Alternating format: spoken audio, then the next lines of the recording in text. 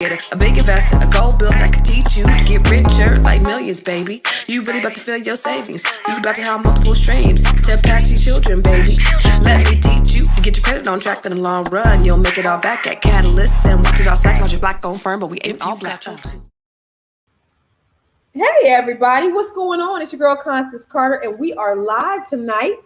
I am so excited to be here. I know, I'm not here every day like I normally have been, but I'm here tonight, and I'm excited about it because I have a young person on here that I think is going to be able to give you some real good game. But before we do that, I want to welcome you in. You are listening to the Fly Nubian Queen, the channel for melanated people just like you and you and you. Okay. So as we are here today, like we always are, I want to make sure that I recognize you. I want you to put your where you're from in the chat. I want you to put where you're from in the chat, and I want to give you a shout out because I know that we have people that listen to us from all over the world, and so I just want you to put your information in the chat. And remember, every time you come on here with me, every time, what's up, Kathy? Every time you come on here with me, know that there's always an opportunity for you to network with people that are like-minded. They're the people that we have here. You guys are so brilliant. You guys always love to share, mind share, brain share. What's up, Kathy from Alexandria? I see Michael from the Bronx, New York. Listen, I'm not going to go before you very long, but before I introduce our guest, I want to make sure that you have subscribed to the Fly Nubian Queen. Sally from Tupelo, Mississippi. What's happening? I want to make sure you subscribe to Nobody Works Harder Than Constance Carter on YouTube, and then make sure you follow me on Facebook, Constance Carter. My name used to be I Am Constance Carter or Nobody Works Harder Than Constance Carter. However, I didn't change my name because Facebook went ahead and verified me. So I'm like really super legit now. I'm verified on Facebook, and I had to change my name. So follow me on Constance Carter. All right. So my guest, he is a millennial, and he is a journalist with the Sacramento Bee. His name is Marcus Smith, and what he does is he covers Black communities. I really wanted to have a conversation with some young people because I think this is so important. When we talk about building our communities and we talk about leaving a legacy for our children and our children's children, it's important that we include them in the conversation. It's important that we're teaching them. The things that we do now are to teach them. So it's important that we have them, we teach them, and we captivate them so that they can send it on. The only way that we're going to close the wealth gap is if we not only learn, but we teach. So this brother is from, he graduated from Texas Southern University in Houston, but he was raised out in Sacramento, and now he works out in Sacramento, and he is a journalist. So I want to bring him in because I want to talk about many ways that these young people are building wealth and that are closing the wealth gap. Hey, Mr. Marcus, how you doing? Hey, Constance, how you doing? Thanks for having me on. I'm so appreciative of this opportunity here today to speak with you. I'm so glad that you're here. So tell us a little bit about yourself, Marcus. So what is it that you do? Well, where do I start? Like you said, I'm raised in Sacramento.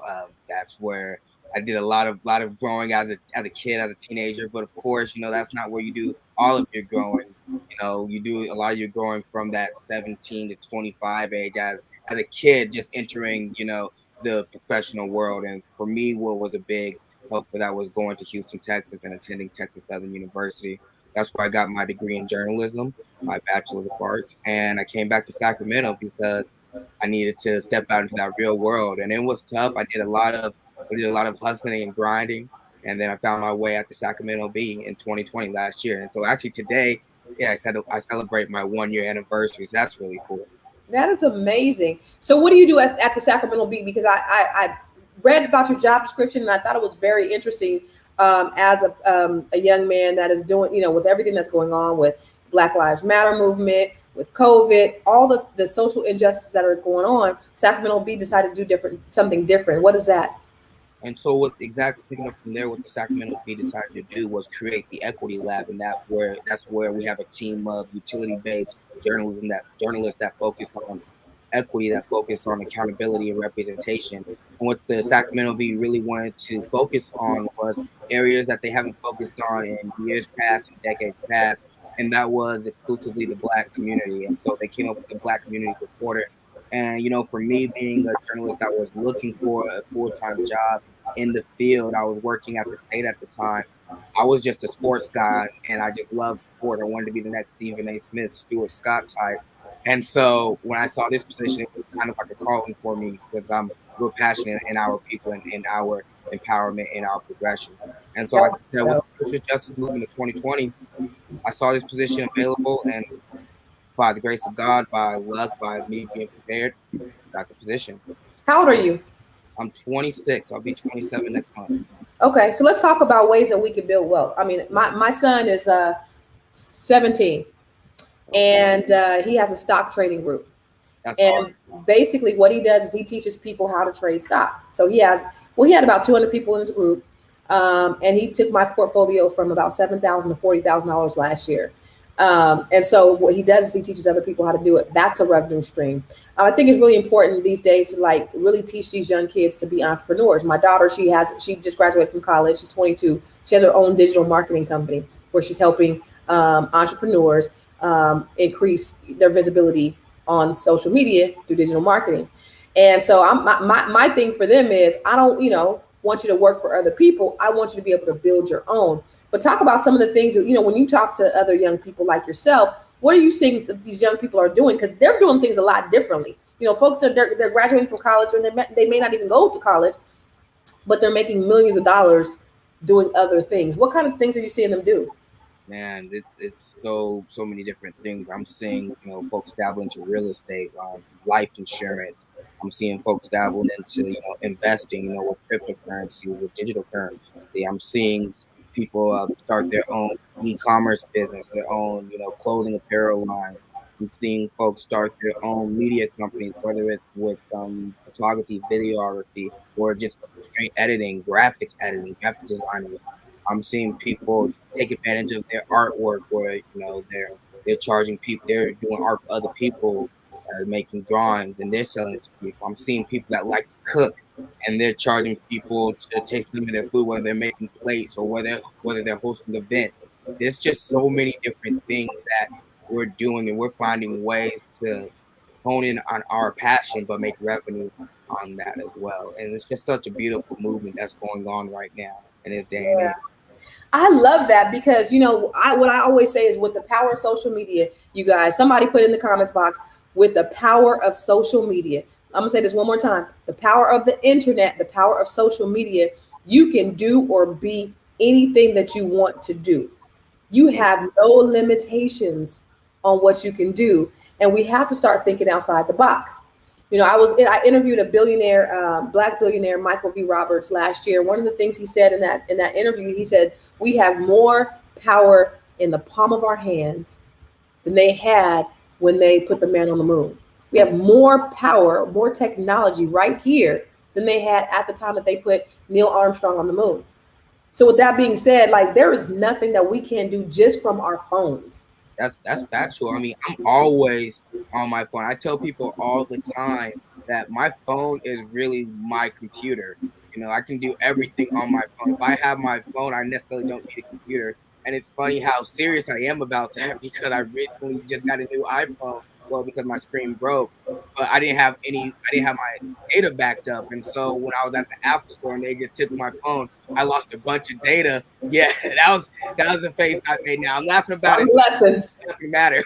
right? That was a lesson. It was a lesson, but it was just I was so pressed about it because I'm like I lost so much data, I lost so much information, so many notes that I've taken, and so many conversations that I've had with as it pertains to what I do, and fruitful conversations such as this, and it was all gone. So it was a lesson learned, and how powerful just this right here truthfully is.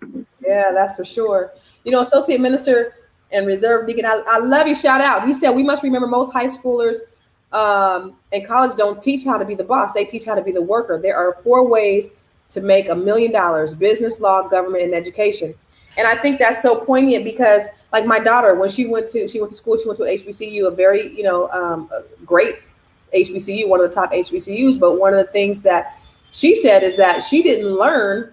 She was a marketing major, but didn't learn how to do marketing until she graduated. They don't teach really, that type of thing, in college. And so it's so important that they these young people they kind of just try to figure it out for themselves. Well, I Right. definitely don't want to go off top. I definitely don't want to go off topic, but I do want to comment on that because it's interesting that you say that because I've heard a lot of people that say that whether it's a HBCU, whether it's a PWY, whether it's a trade school, what I hear is they don't get their education at the actual institution, but rather in the field. And what that comes with is who's teaching you. Is it someone that has the experience and they're giving you the hands-on experience? Or is it somebody that's teaching you from a textbook or just telling you to go read this online and giving you a written test about that when you come back? Like, yeah, Right. that gives you the space to retain information and have, the textbook version or the robotic way of doing things.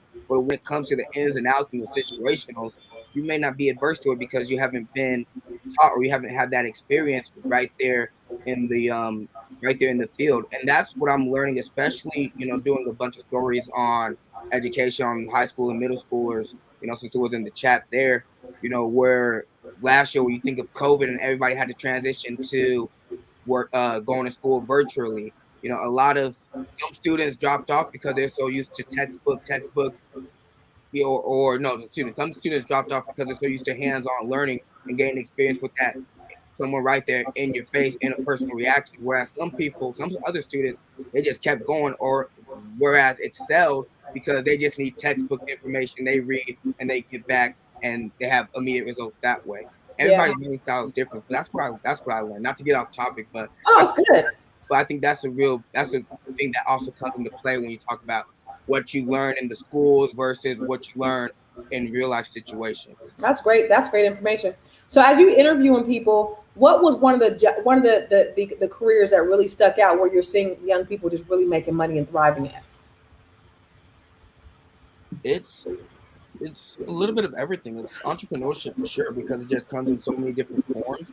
So, but what type of entrepreneurship? So, what have you seen like in terms of like an entrepreneur?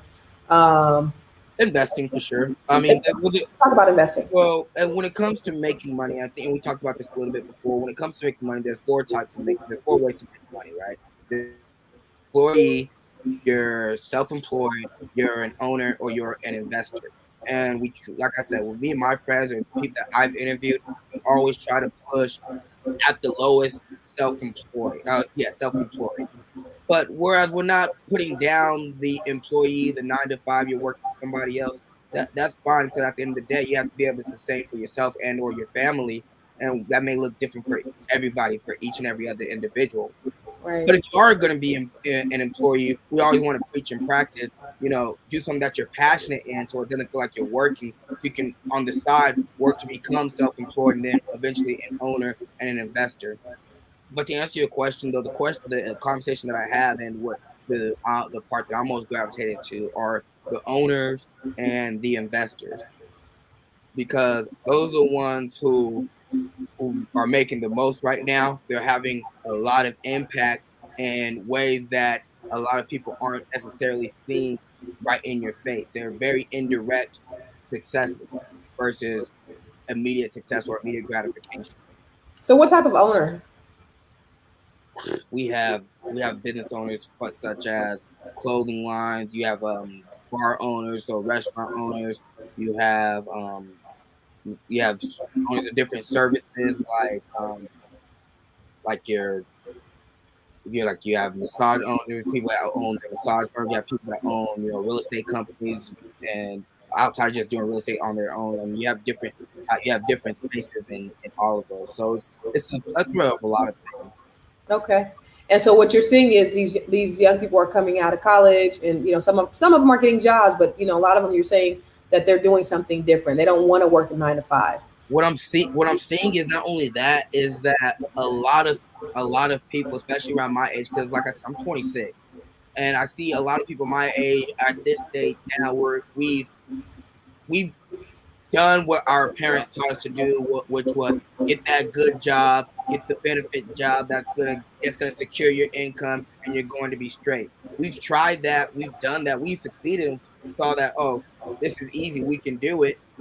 But a lot of us, we had that itch to want more, to create generational wealth for not only ourselves but for our kids and our kids' kids, to really reverse these times that have been really brought upon us that go way back to decades and generations.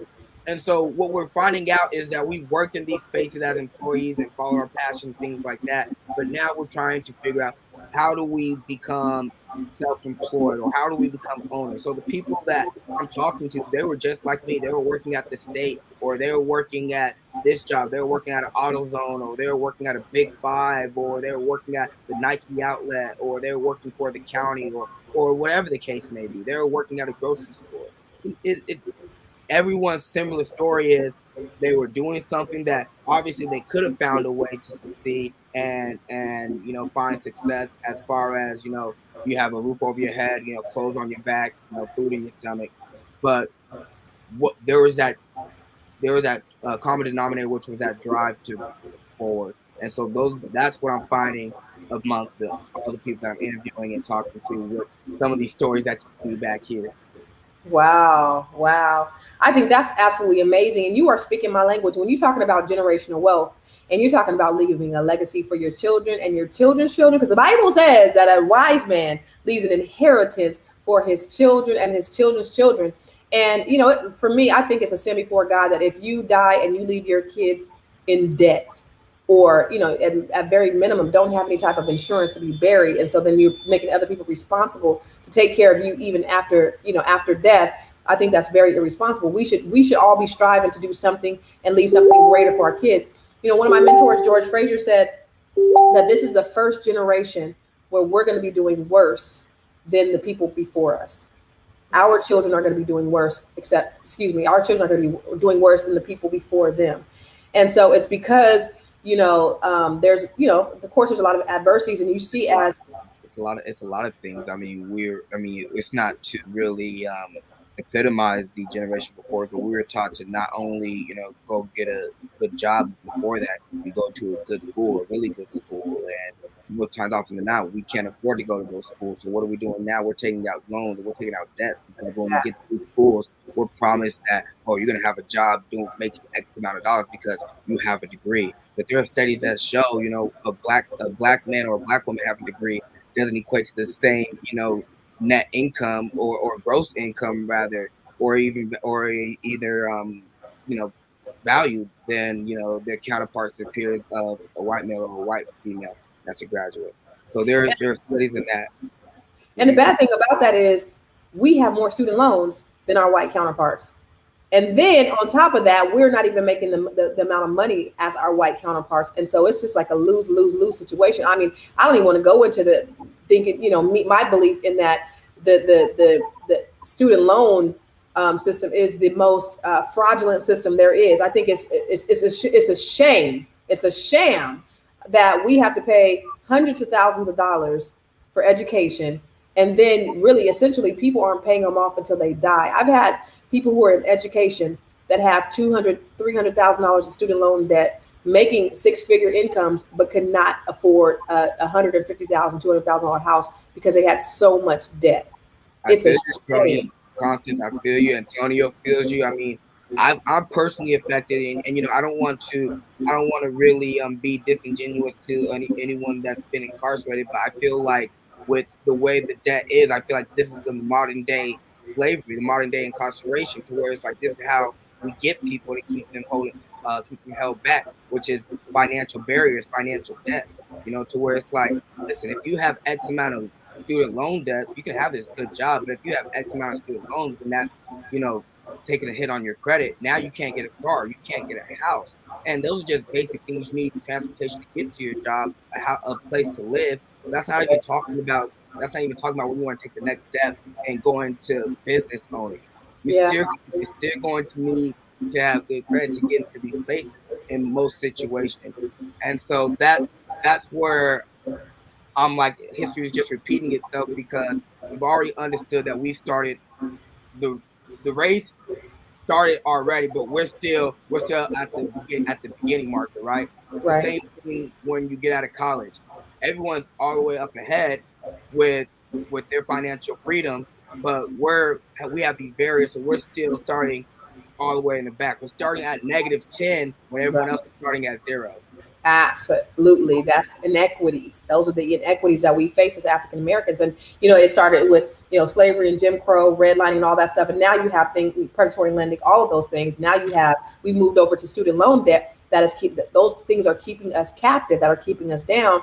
And a lot of times our white counterparts, they were able to utilize the wealth that they had been able to accumulate from one, 400 years of free labor, but two, they were able to get into homes that we weren't able to get into and build wealth and pass it on to their children. So they were able to save money for college and things like that, which we weren't, because we're 50 years behind on home ownership as opposed to where they are because of redlining and things like that. So then you have yet another barrier for us. But then what do we do, Mrs. Smith, to rise above that? What are some things that we could do?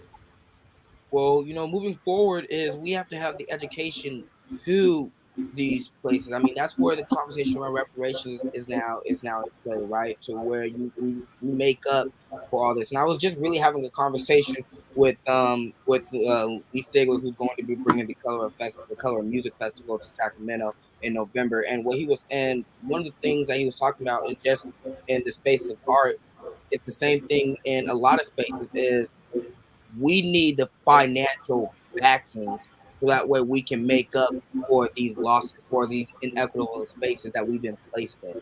When you have the funding, when you have the financial backing for student loans, when those get immediately wiped, when Black students are getting scholarships to go to school or trade schools, when the education system, when there's resources at the middle school and high school level in the education system, so whether you're learning about these things or learning just basic skills and basic things that we've always been taught, like government and reading, writing, arithmetic, all that stuff, because those stuff still has a play. But if you don't have the resources to keep all that stuff updated and find new and innovative ways to teach that, whether it's around entrepreneurship and teaching money making abilities with math, or teaching government through law policy and through social justice and things like that, finding innovative ways to keep students entertained and as to learning and educating themselves to become successful, productive adults. But those, at the end of the day, what I'm saying is those resources have to be available at an early level, at a young age, and the only way those resources are going to be available are through financial promises. And so until we get those financial promises, I mean, what we can do, AKA reparations? aka reparations, yes. Until we get those reparations, I mean, what we can do as the Black community is continue to hold these spaces such as you're doing right now with your show, and continue to keep the conversation going out there and continue to educate, uplift each other, and those who have that interest, bring them in and teach them. Because at the end of the day, as long as we continue to teach each other, and that way we all grow, we should have our best interest. If Right. you succeed, I succeed, someone else succeeds, Right. and that just keeps going. It's a cycle effect. It's just a cycle that keeps going, and that's how ultimately we push this around without the reparations. But we need the reparations, though. It's too tough just to get everybody on the same page. We need the financial backing, the financial resources, so people can see what's in front of them. And now with their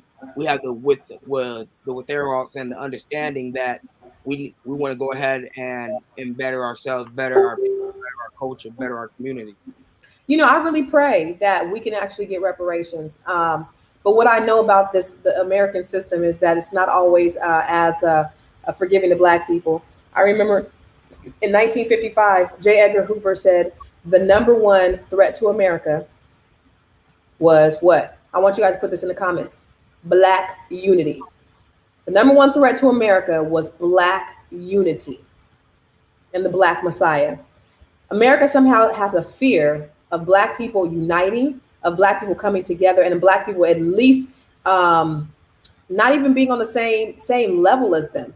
Because I think what happens is they think that we're going to do to them what they've done to us systematically, injustice wise, all of those things. I believe that they think that that's what we're going to do. That's not what's within our hearts.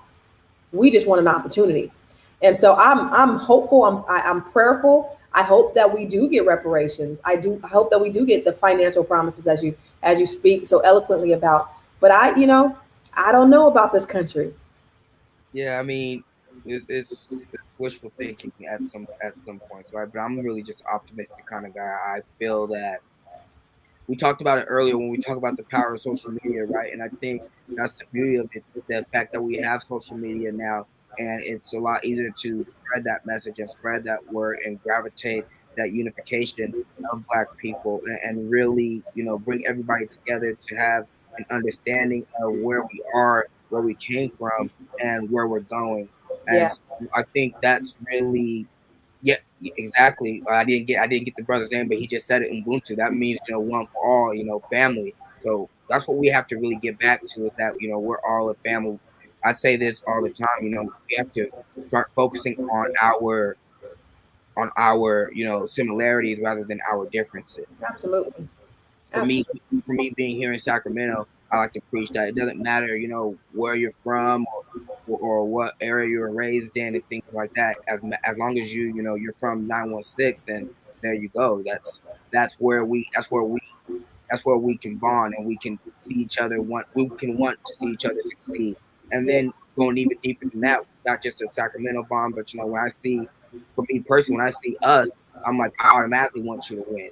You yeah, know, absolutely. We need to have that mindset. yeah, I think that's the mindset that we really just have to ultimately have for us to get to for the next step, for us to help get to the next step, and then the next step, and the next step. Is at first, what can we do? Our power is just we just have to unite. The stronger we are, like you said, the more things really have gotten done when you look back at history's past. I think that we've embraced the Eurocentric, rugged capitalism, and so we do need to. It should be about Ubuntu. Capitalism is fine. I don't promote any other societal structure. However, I just believe that my one of my favorite sayings is the African proverb: "If you want to go fast, go alone. If you want to go far, go together." And so we have to work together in order to get much further. We're not going to be able to do it by ourselves. But you're a young person. You're 26 years old. And I'm loving having this conversation with you about all of these things, such as generational wealth. Is this what young people are talking? I know, my kids talk about it because I talk about it to them. I know that they're looking at YouTube and they're not YouTube, TikTok, and they're learning lots and lots of stuff about Black people, Black power, Black this, Black that from TikTok. Are you guys having these conversations? Are 20 something year olds having these conversations about, wealth and legacy? What are you guys talking about? So let me start with the legacy aspect first, as far as Black Power and things like that, and what that means. I was raised by a Black mother, a Black father, and a lot of my friends, if they're not Black, they're African. Like the family is African descent, and so that unity has always, what brought us together and what bonded us is, we're all Black. We want to see each other succeed. So as far as the empowerment of the Black culture and the African diaspora, that's always been something that's been rooted in me since I was young, since I was in diapers. And now, as far as being in my 20 something, having these conversations about wealth and even financial legacy and things like that. Well, not necessarily even financial legacy, but legacy through also financial capabilities. That conversation really just started, with my friends. Us looking around, looking at habits and practices, and just wanting more. Like we're looking at a lot of us, like, yo, tired of being broke, tired of struggling. and so and so it's just from that. It's from venting, from complaining, I'm tired of being broke, I'm tired of struggling, to then asking or saying, I'm tired of saying the same thing, to then asking, how do I get out of this rut? How do I get out of this situation, this hole that I'm in? Then that goes to researching and figuring out different avenues, different ways for you to get out of that. And then from that just goes to applying what you researched. So Yeah. it's definitely a process. It's not something that happens overnight. I think something really has to. It's not. This isn't for everybody. Now I'm kind of speaking from personal experience. I think something really just has to hit you to where you wake up and say, "This isn't what I want out of life," and I know there's more. and I just have this drive. This, if you want to be if you want to use the phrase that everybody's been using lately, the Mamba mentality, to get out of that. So, but it's not even cliche or anything. I believe that you have to have that Mamba mentality to understand that there's more for you out. There's more for you out there, but you have to continue to work on being your best self and progressing in whatever it is that you can as an individual to succeed at that next level. And it's like my guy Nip says, the marathon continues. So Mm. you're It's, always gonna be working on yourself. it's not a sprint, it's definitely a marathon. So Right. Benjamin Walker said, very few of our young people are woke. And so what my question to you is, how can we wake up more young people like you? What can we do? I'm passionate, so I have to make sure that I have water each time. It's a tip I learned about going into communication at Texas Southern University doing interviews. So no, the real thing that we have to do though, to wake up our young people is we have to be real. We have to be real heavily involved in their lives at a young age. We have to keep role models around them, keep the right people around them that are showing them the way, that are guiding them, that aren't going to necessarily discipline. I'm not saying don't discipline because that's how you learn, but I think there has to be constructive discipline so that way kids want to be better and improve rather than rather than anything that's going to have a negative reaction to behavior. And that just kind of goes to a psychological thing as far as reinforcement and things of that nature. But I think that's real overall to answer the question. I think that's the real thing that we have to focus on is getting, true teachers, true educators, true guardians, and that are heavily involved in a positive way in the youth's life. I mean, for me personally, just speaking from multiple experiences, I can name at least two or three mentors in every major chapter in my life up to this point. So I think, That's and right. for those who, if you feel that I have a good head on my shoulder, or I'm wise, or any positive thing that you can say about me, I can only give it up to my mentors, my parents, family members, and guardians, people that have took this kid that had an idea or a dream that had this raw potential, but continued to mold and shape and keep him in the right, keep him going in the right place. Because at the end of the day, every kid has a dream. Every kid has potential. It's just about how do you bring that potential out of them? Because a lot of the times we don't see it ourselves because either A, no one's telling us, or B, that side is not represented in what we see every day, a la the media. And so that would actually be the second thing, which is why going back to what I said earlier about me being now in my position where I'm really big on representation. It's those two things. So having great leaders in our youth life, and then them seeing leaders and people that look like them in roles of authority, in roles of leadership, in roles of power, And and a that's role and in roles of financial wealth. Yeah, it's so important. And that's why I think that people often don't think that they're qualified to be able to give that. And some people, you may not be in the financial position that you want to be in, but there are other gifts that you have that you can each one teach one to our young people. There's so many things that you can do. I always talk about, in leadership in our community, everybody thinks that they got to be the mouthpiece. Everybody thinks that they got to be the head, or what they do is not effective. You could be the hand. You could be somebody that's serving water, at the revolution. You could be somebody that's shining people's shoes everybody has a job. Everybody can participate and everybody can help. So no, think about what you can do. And I'm talking to everybody who's listening under the sound of my voice today. Think about the things that you can do that can contribute to the betterment of somebody else. You know, Don't think I'm not qualified because I have not arrived in a certain area. What can you do? Everybody here needs to think about what they can do. No, I love that what you said about think about what you can do. Everybody needs to think about what part they can play. And like I said, like I preferenced before, I'm a sports guy, and so when you think about sports, I love saying everybody likes to hit the game winning shot, but nobody wants to make that hustle play, dive for the loose ball at the end of the second quarter. No, Right. you know what I'm saying? Right. Nobody wants to get the game saving block. Everybody Right. wants to hit the game winning shot and score 35 points. So it's just like, hey, it's not for everybody to be, the big face, the big superstar, but it's like when we understand that we're a team and that we have to each play our individual role, no matter how big or how small.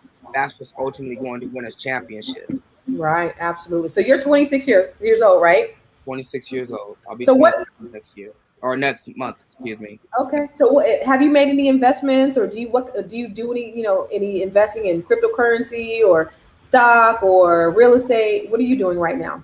I missed out on the cryptocurrency way when Bitcoin was just getting started out, and I wish I hadn't. But that's neither here nor there. I dabble with the Robinhood app, and I take a look at different stocks on a daily basis. I'm really more so into long-term investments. This is just something that I want to have an understanding of, so it's something that I'm like every day waking up early, checking the stocks, things like that, and reading newspapers and all that. Like I'm not there yet. I will be one day, but right now I just want to have a kind of understanding and a familiarity with it, and get into the practice of any extra money that I have, instead of spending it or saving it, act rather, because we always think, okay, I'm not going to spend this money. I'm going to save. I'm going to put it in the savings account. But instead of thinking that practice, oh, I'm going to put this money into my Robinhood app. I'm going to invest this Right. $100, or I'm going to invest, or I just got my taxes back. I'm going to invest half of these taxes into my Robinhood, instead of thinking, Right. go get these new shoes. I'm going to go get this new TV, or Right.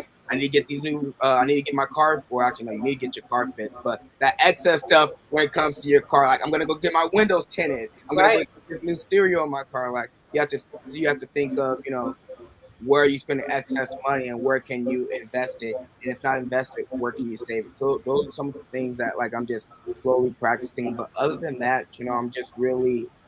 I'm really focusing on and really trying to find the lens between separating yourself from your career, that 9 to 5 that we're talking about, that I'm passionate in. So I'm fine doing. I love what I do. I love covering the B and covering the Black community, and giving us a voice, or elevating our voices.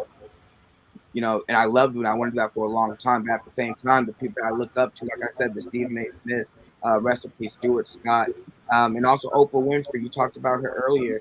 I mean, those individuals that I mentioned, they started out as journalists, but as their careers progressed and prolonged, not only did they put in the work from the writing craft and the journalistic craft, but that brought in other opportunities to learn, well, to make more money, one, and then for two, to learn how to make that money make more money for you. And That's so what. I look at Oprah just being a billionaire in it herself, and I'm like, that's really gold. So I want to continue doing this right here behind me, but as I continue doing this, I'm trying to learn ways to expand myself and create wealth under my name and for myself. For that's going to be for my kids. This right here, this is passion.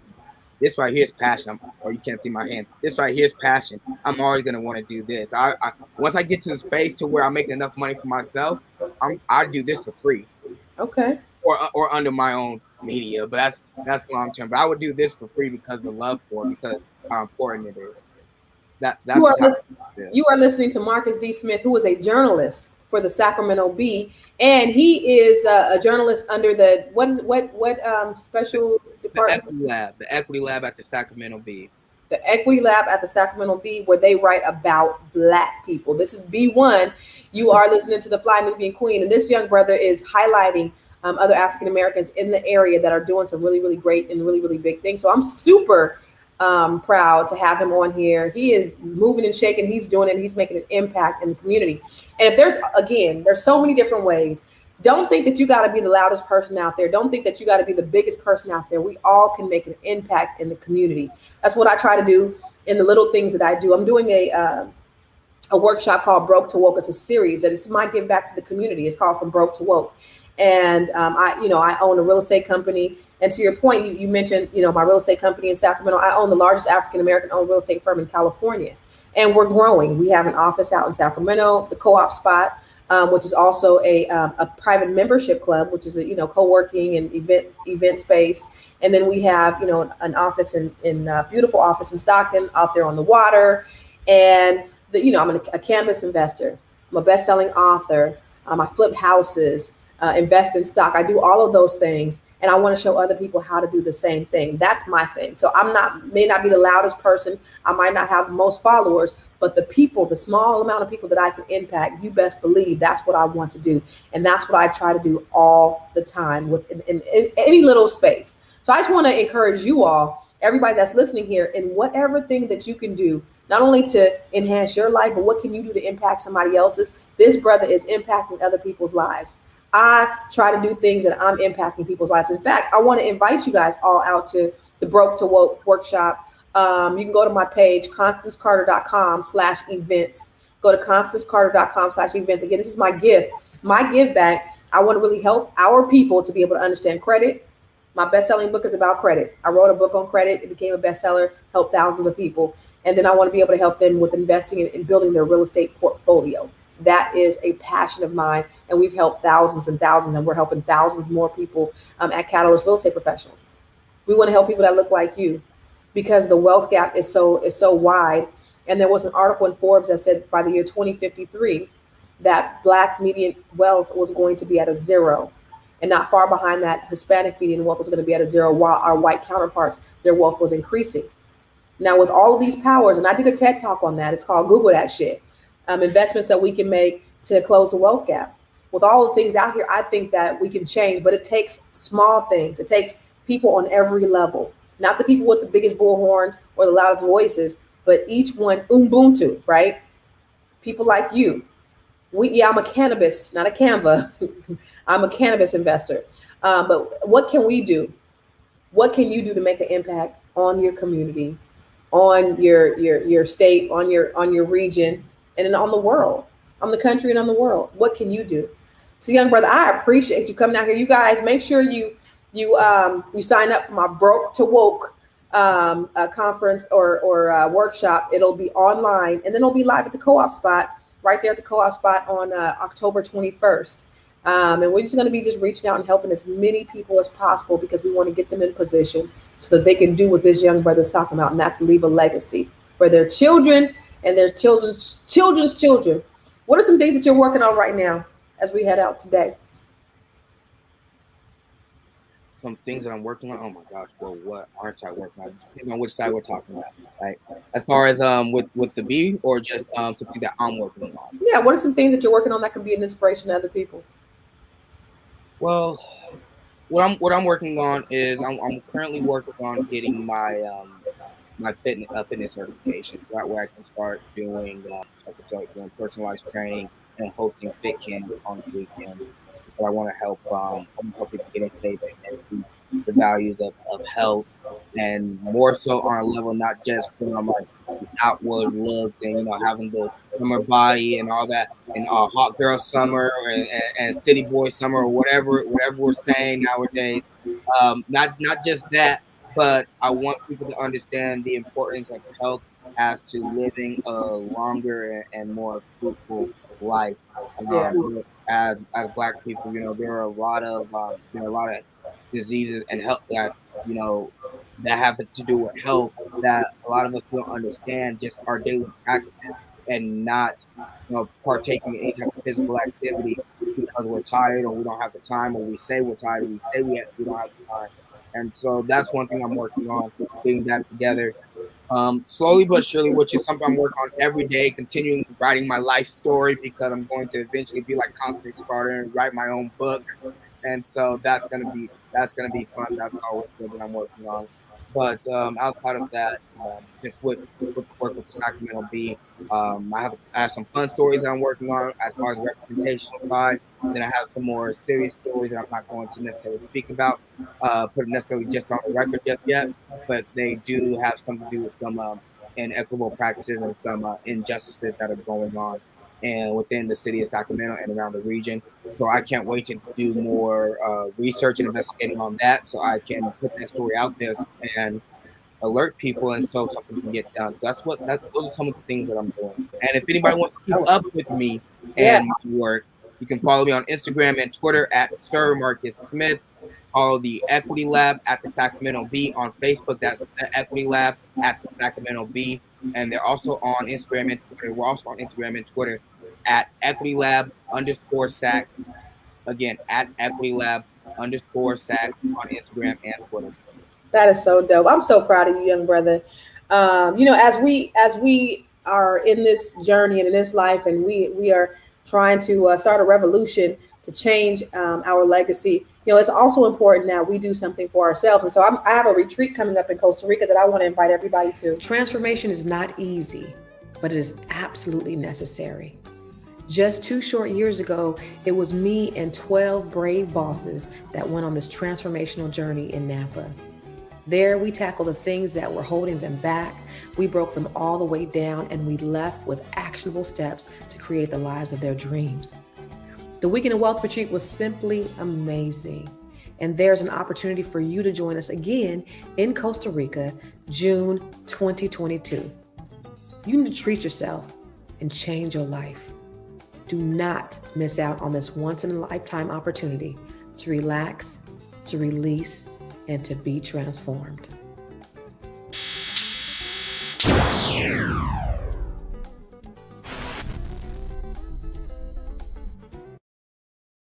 That is for men and women to relax, to release, and to be transformed. Change your life, y'all. Change your life. Join us in Costa Rica next June for the Weekend of Wealth Retreat. I'm excited about it. So as you working on these front lines, but as you are just helping transform other people's lives and your lives, you need to be able to do the same and take it to the next level. And I'm showing you how to really build wealth on a much deeper level as well. So anyway, I appreciate you coming out today. God bless you, brother. You have been so amazing. I have yet to meet too many 26-year-olds that are as wise and are as accomplished as you. You keep doing your thing, man. You are definitely creating something for yourself and for your future generation. So I'm proud of you. Thank you for coming on here. Thank you so much, Constance, for having me. I'm looking forward to speaking